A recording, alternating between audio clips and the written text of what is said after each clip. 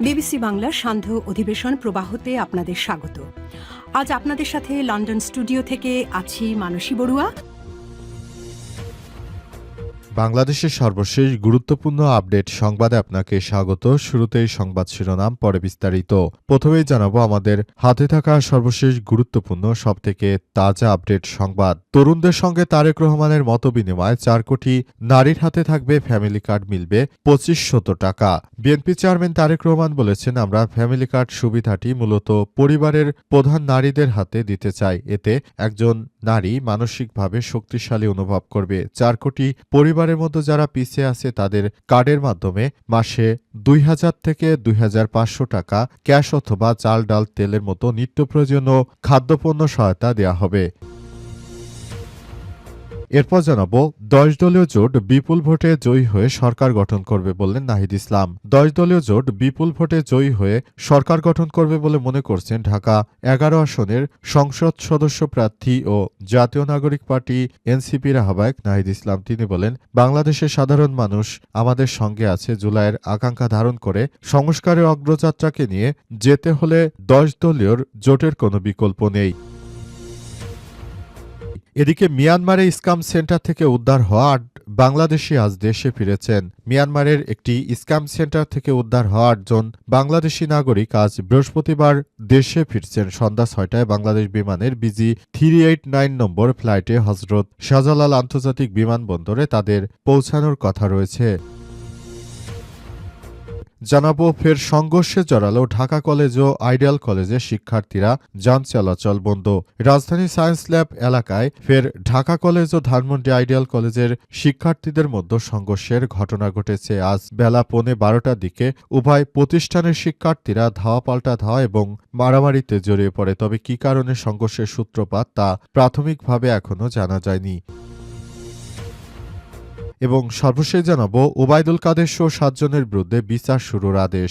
জুলাই বিপ্লবের সময় হত্যাকাণ্ডের ঘটনায় মানবতাবিরোধী অপরাধের মামলায় কার্যক্রম নিষিদ্ধ আওয়ামী লীগের সাধারণ সম্পাদক ও সাবেক সেতুমন্ত্রী ওবায়দুল কাদের সহ 7 আসামির বিরুদ্ধে আনুষ্ঠানিকভাবে অভিযোগ গঠন করে বিচার শুরুর আদেশ দেওয়া হয়েছে। একই সঙ্গে এই মামলার সূচনা বক্তব্য ও প্রথম সাক্ষীর সাক্ষ্য গ্রহণের জন্য 17 ফেব্রুয়ারি দিন ধার্য করা হয়েছে। প্রিয় দর্শক, এতক্ষণ শুনছিলেন সংবাদ শিরোনাম, এবারে বিস্তারিত। তবে তার আগে বন্ধুরা, অনুরোধ থাকবে এই সংবাদটিতে একটি লাইক দিন। এই চ্যানেলে আপনি নতুন হয়ে থাকলে আমাদের সংবাদটি দেখতে দেখতে চ্যানেলটি সাবস্ক্রাইব করে রাখুন। কমেন্ট করে বন্ধুরা আপনার মূল্যবান মতামত জানিয়ে দিন আপনি বিশ্বের কোন দেশ থেকে বা বাংলাদেশের কোন স্থান থেকে আমাদের সংবাদটি দেখছেন এবং শুনছেন। আর বন্ধুরা, সংবাদটি আপনার সোশ্যাল মিডিয়া ফেসবুকে শেয়ার করে বন্ধুদেরও দেখার সুযোগ করে দিন। গাজা যুদ্ধে আপনি যদি নিরীহ ফিলিস্তিনিদের ভালোবেসে থাকেন, কমেন্টে ইয়েস লিখে পুরো বিশ্বকে জানিয়ে দিন। এবারে বিস্তারিত। তরুণদের সঙ্গে তারেক রহমানের মতবিনিময় 4 কোটি নারীর হাতে থাকবে ফ্যামিলি কার্ড, মিলবে 2500 টাকার খাদ্য সুবিধা। বিএনপি চেয়ারম্যান তারেক রহমান বলেছেন, আমরা ফ্যামিলি কার্ড সুবিধাটি মূলত পরিবারের প্রধান নারীদের হাতে দিতে চাই। এতে একজন নারী মানসিকভাবে শক্তিশালী অনুভব করবেন। 4 কোটি পরিবারের মধ্যে যারা পিছিয়ে আছে তাদের কার্ডের মাধ্যমে মাসে 2000 থেকে 2500 টাকা ক্যাশ অথবা চাল, ডাল, তেলের মতো নিত্য প্রয়োজনীয় খাদ্যপণ্য দেওয়া হবে। বৃহস্পতিবার সকালে সিলেটে তরুণ প্রজন্মের সঙ্গে মতবিনিময়কালে সব কথা বলেছেন তারেক রহমান। একটি 5 তারকা হোটেলে কনফারেন্স রুমে মতবিনিময় সভা অনুষ্ঠিত হয়। সেখানে উপস্থিত তরুণদের বিভিন্ন প্রশ্নের জবাব দেন তিনি আরও বলেন, গবেষণা বলে নারীর হাতে রিসোর্স থাকলে তারা তার সন্তানদের শিক্ষা, স্বাস্থ্য এবং ছোটখাটো ব্যবসা যেমন হাঁস মুরগি পালন, সেলাই মেশিনে বিনিয়োগ করেন। এটি ধীরে ধীরে নারীর মর্যাদা, আত্মবিশ্বাস বৃদ্ধি করে। তিনি আরও বলেন, বাংলাদেশে শিক্ষিত অশিক্ষিত বেকারের সংখ্যা অনেক বেশি। প্রতি বছর 10 লক্ষ মানুষ বিদেশে যায়, যার মধ্যে 7 লাখই অদক্ষ।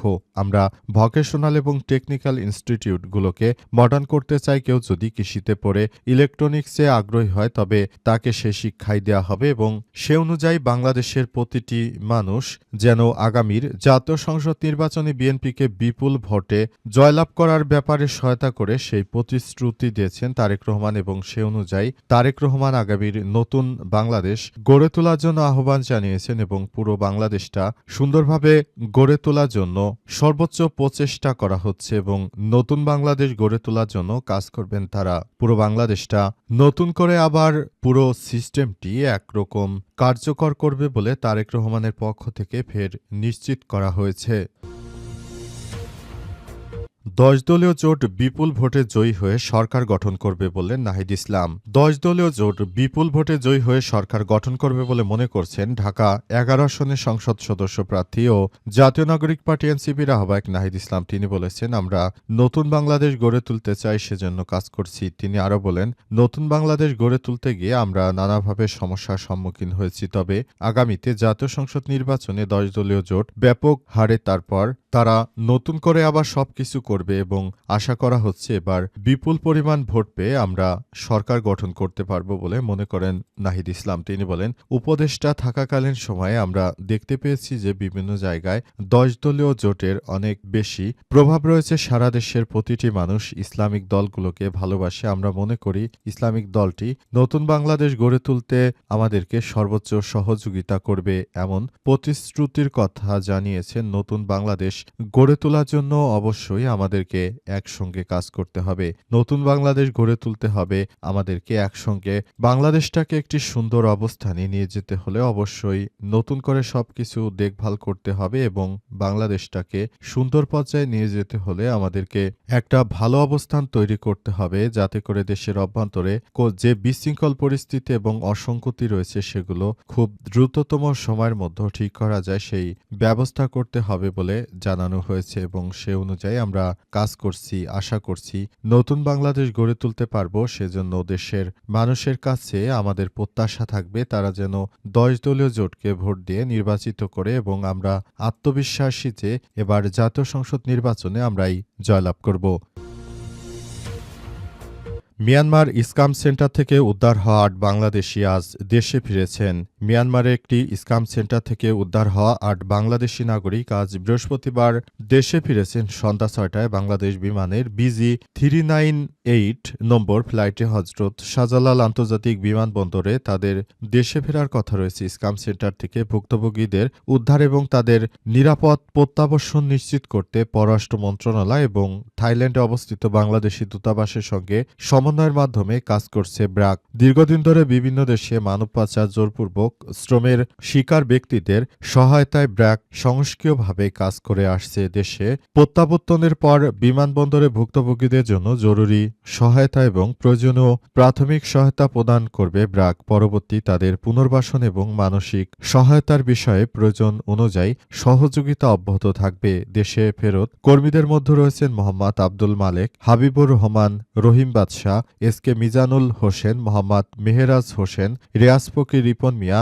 উল হাসাই মারমা। এর আগে 2025 সালের 19 সেপ্টেম্বর মিয়ানমার থেকে 18 বাংলাদেশিকে দেশে ফেরানো হয় এবং তারা মিয়ানমারে গিয়ে মূলত স্ক্যাম করে তারা বাংলাদেশের সঙ্গে একটা খারাপ সম্পর্ক তৈরি করছিল এবং খারাপ সম্পর্ক তৈরি করার মধ্য দিয়ে তারা নতুন করে এসব জায়গাগুলোতে তারা থাকতে চায় এবং এসব জায়গাগুলোতে তারা বাংলাদেশিদেরকে নিয়ে যাওয়ার নির্দেশ দেয় এবং সেখানে গিয়ে তারা নানাবিধ কর্মকাণ্ড পরিচালনা করে এবং সেখান থেকে তারা মূলত বাংলাদেশকে টার্গেট করে বিভিন্নভাবে অর্থ হাতিয়ে নিত একটি চক্র। ফের সংঘর্ষে জড়ালো ঢাকা কলেজ ও আইডিয়াল কলেজের শিক্ষার্থীরা, যান চলাচল বন্ধ।